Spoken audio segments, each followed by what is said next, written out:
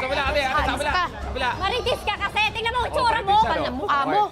Hoy, tingnan mo itsura mo. Parang maritis ka. Bakit? Bakit? Ano lagay mo sa sarili mo? Ng tubig. Ha? Sa tingin mo. Maganda mo yung ginagawa mo? May edukasyon ka ba? Ha?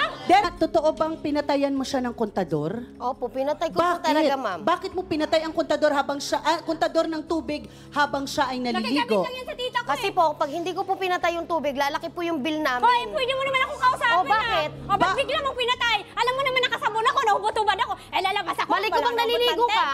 Ha? Hindi mo alam na may naliligo nun. Hindi ko po alam na naliligo siya, ma'am. Hindi po.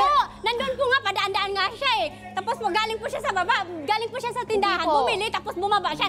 Nagkumakanta pa nga ako sa CR eh. Kumakanta po ako sa CR. Aba, malay ko ba kung naliligo ka o nag-ano ka sa CR? Kumakanta ka nun, kaya sinasabi mo na naririnig ka. Opo, alam niya. Ibig sabihin, nandun ako sa CR, alam niya pa. Okay, Lapit-lapit namin sa kanila. tapatin mo kami. May galit ka ba kay Joanne? Opo, ma'am, meron po.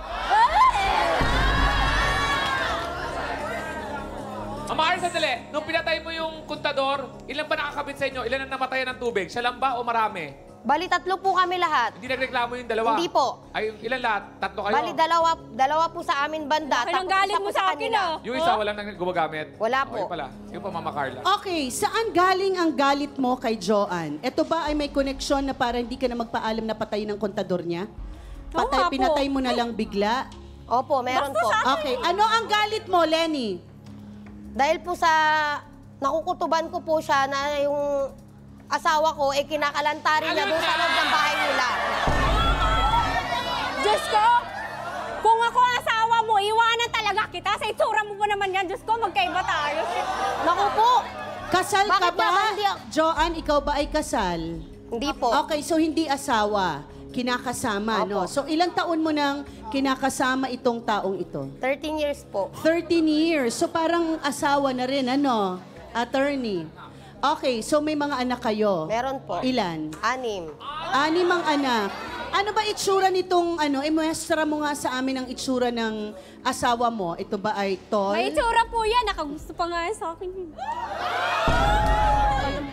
So ang sinasabi mo, Joanne, pogi ang asawa ni Lenny. Opo.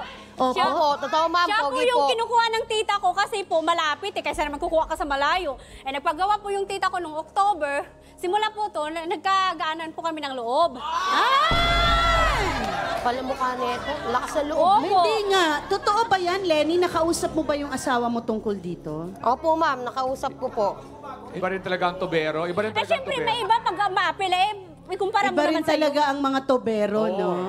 Okay, so, Linis pero talagang ikaw, tubo eh. Lenny, Single mom ko naman ako. Kaya ikaw syempre ba ang kailangan ko din nagsasabi na talagang gwapo ang, may itsura, gwapo, ano ba, matipuno ba ang asawa mo para ma'am. Totoo masabi po. mong gustuhin siya? Opo, totoo po. Okay,